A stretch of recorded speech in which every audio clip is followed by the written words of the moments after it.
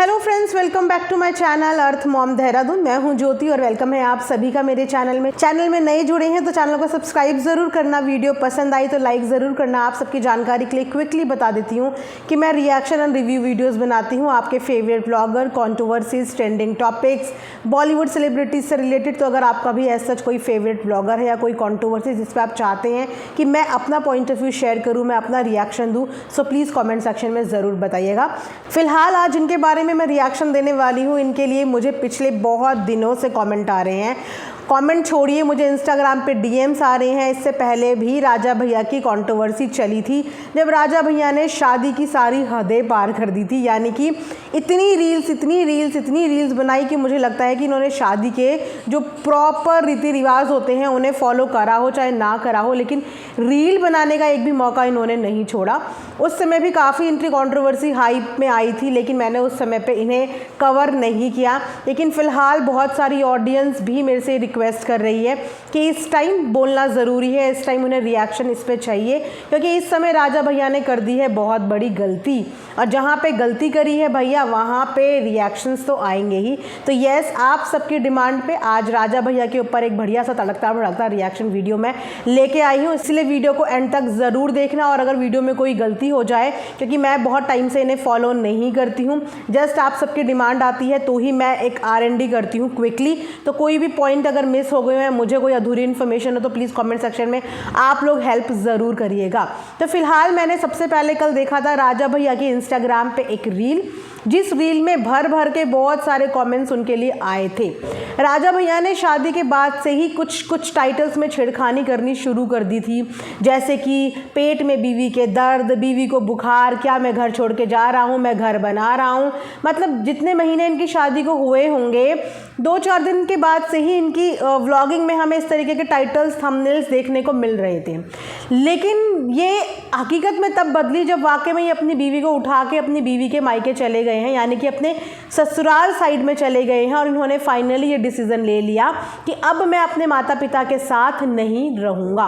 और कल की रील में तो इन्होंने इतना बड़ा स्यापा क्रिएट कर दिया कि इन्होंने अपनी बहन की प्रिवेसी तक यहाँ पे ब्रीच कर दी, अपने आप को ये बताने वाले कि मैंने बहुत स्ट्रगल किया है। आपने इनकी जोश टॉक की जर्नी देखी होगी, वहाँ पे इन्होंने अपना स्ट्रगल बहुत अच्छे से बताया। और कहीं ना कहीं जब भी किसी का किसी चीज़ में स्ट्रगल होता है, हर इंसान उसको अप्रिशिएट करता है। लेकिन किसी क्रिंज कंटेंट के बेस पे पहले तो आप आगे बढ़ रहे हो, चलो एक्सेप्टेबल, क्योंकि यहाँ पे क्रिंज कंटेंट बहुत लोग बना रहे हैं। बट अब जब आपको ये लगा कि चारों तरफ जहाँ गर्दन घुमाओ वहाँ पे एक फैमिली कंट्रोवर्सी दिख रही है, और इन्हें ये भी दिख रहा है कि आजकल फैमिली कंट्रोवर्सी काफ़ी ज़्यादा ट्रेंड में भी जा रही है, तो इन्होंने सोचा कि चलो क्यों ना मैं भी एक फैमिली कंट्रोवर्सी क्रिएट कर देता हूँ। लेकिन अभी तक जितनी भी फैमिली कंट्रोवर्सी हुई है ना, इन्होंने जो स्टेटमेंट अपनी बहन के लिए दे दी वो अब तक की सबसे वर्स्ट स्टेटमेंट है एक भाई की तरफ से उसकी बहन के लिए। चलो 1% मान भी लेते हैं कि फैमिली के अंदर XYZ बहुत सारे इश्यूज चल रहे होंगे, मे बी ये सफ़र कर रहे होंगे या इनकी वजह से इनके पेरेंट्स सफ़र कर रहे होंगे, लेकिन फिर भी आपको एक बहन की इज्जत के साथ इस तरीके से खेलना नहीं चाहिए था। और वो भी वो परिवार जिसने आपका पल पल व्लॉगिंग में सपोर्ट किया है। आज के व्लॉग में इन्होंने खुद ही बताया कि पहले ये सिर्फ अकेले आया करते थे, उस समय इनके कुछ 30-32 हज़ार सब्सक्राइबर थे। उसके बाद इन्होंने अपनी फैमिली को इंट्रोड्यूस करा, फिर इनको प्यार मोहब्बत मिला, फिर इन्होंने अपनी बहन को इंट्रोड्यूस किया, फिर इनको और प्यार मोहब्बत मिला। तो कोई भी व्लॉगर की व्लॉगिंग तभी ज़्यादा अच्छी चलती है जब उसमें पूरी फैमिली का कंट्रीब्यूशन होता है। तो उस फैमिली ने इनके उस समय पे साथ दिया जिस समय पे ये अकेले व्लॉगिंग कर रहे थे, और इनका तेज़ी से वायरल होने का रीज़न कहीं ना कहीं ये भी था क्योंकि इनकी फैमिली का कंट्रीब्यूशन इनकी व्लॉगिंग में था। लेकिन आज उसी फैमिली को पहले तो ये छोड़ के चल दिए, चलिए छोड़ के चल भी दिए, लेकिन बदनाम करने का उनको क्या मतलब है। आज वही पेरेंट्स से ये बोला जा रहा है कि उन पेरेंट्स ने इनसे पैसे मांगे हैं। पहली बात तो ये है कि पेरेंट्स को पैसे मांगने की ज़रूरत क्यों पड़ी? आपको तो खुद अपने पेरेंट्स को पैसे देने चाहिए थे। उनकी बदौलत आपकी व्लॉगिंग का करियर इतना अच्छा चला है, और हर बेटे की जिम्मेदारी बनती है कि वो अपने माता पिता की हर इच्छा, हर ख्वाहिश पूरी करे जब उसके पास चीज़ें आ जाएँ। तो अगर आपके पास ऊपर वाले का दिया हुआ सब कुछ आ गया था, तो आपके पेरेंट्स को आपसे पैसे मांगने की ज़रूरत पड़ी क्यों?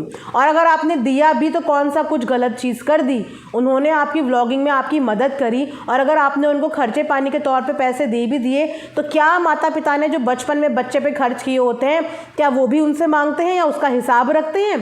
तो अगर आज आप इस लायक हो गए हो कि आप अपने पेरेंट्स को दे पाओ तो आपने उस पल पल चीज़ का हिसाब रखा है कि मैंने अपने पेरेंट्स को तब भी पैसे दिए, मैंने हर किसी को व्लॉगिंग में आने के पैसे दिए। चलो ये तो उन्होंने बहुत जल्दी जल्दी फटाफट से बता दिया ताकि मेरे ऊपर कोई ब्लेम ना आ पाए कि मेरी बहन की किन सर्कमस्टांसिस में इन्होंने शादी करी। उसी बहन की शादी का कंटेंट बनाया गया, उसी बहन के फटे हुए कपड़ों का कंटेंट बनाया गया, उसी बहन के साथ बदतमीजी हुई उस तक का भी कंटेंट क्रिएट किया गया। कौन सा ऐसा व्लॉगर होगा या कौन सा ऐसा भाई होगा जो अपनी बहन की इतनी सेंसिटिव वीडियो, इतनी इमोशनल चीज़ें जहाँ पे इसकी बहन के साथ कोई बदतमीजी हुई है वो सोशल मीडिया पे इस तरीके से पब्लिक कर देगा। उसके बाद इन्होंने अपनी बहन की शादी भी करी, तब ये सब चीज़ें क्यों नहीं बताई गई थी? और आज ये सब चीज़ें बताने का रीज़न यही है कि अपने आप को जस्टिफाई करना है कि माता पिता को छोड़ के आने का डिसीज़न इनका सही है और उसको जस्टिफाई करने के लिए ये कहीं तक भी किसी भी लेवल तक जाएंगे, चाहे उसके लिए इन्हें अपनी खुद की बहन की बेइज्जती करवानी पड़े। अब तो उस बहन की शादी हो गई थी, अब तो उसकी शादी हो गई थी, तो अब ये सब बातें बोलने का क्या मतलब था कि बहन भाग गई थी, 15 साल की उम्र में बहन की शादी कर दी।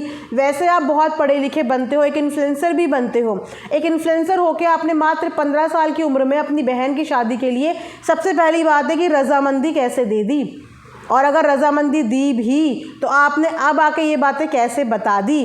XYZ कुछ भी रीज़न हुआ हो, 15 साल की बच्ची की शादी कोई भी जस्टिफाई नहीं कर सकता कि इतनी छोटी उम्र में आपने अपनी बहन की शादी कर दी। उसके बाद शादी के सर्कमस्टांसेस बता रहे हैं कि शादी मैंने इन हालात के चलते हुए करी, जबकि बहन को लेकर तो आपने कोई भी कंटेंट मिस नहीं किया, सारे कंटेंट आपने छापे हैं अपनी वीडियो के अंदर।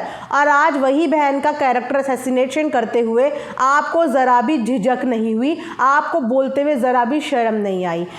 अपनी बहन के बारे में तो उन्होंने बहुत कुछ बोला, लेकिन कमेंट सेक्शन में सब्सक्राइबर्स ने इनके बारे में भी बहुत सारी ऐसी बातें बताई हैं जो आप लोग इनकी खुद की वीडियोस के नीचे जाके देख सकते हो।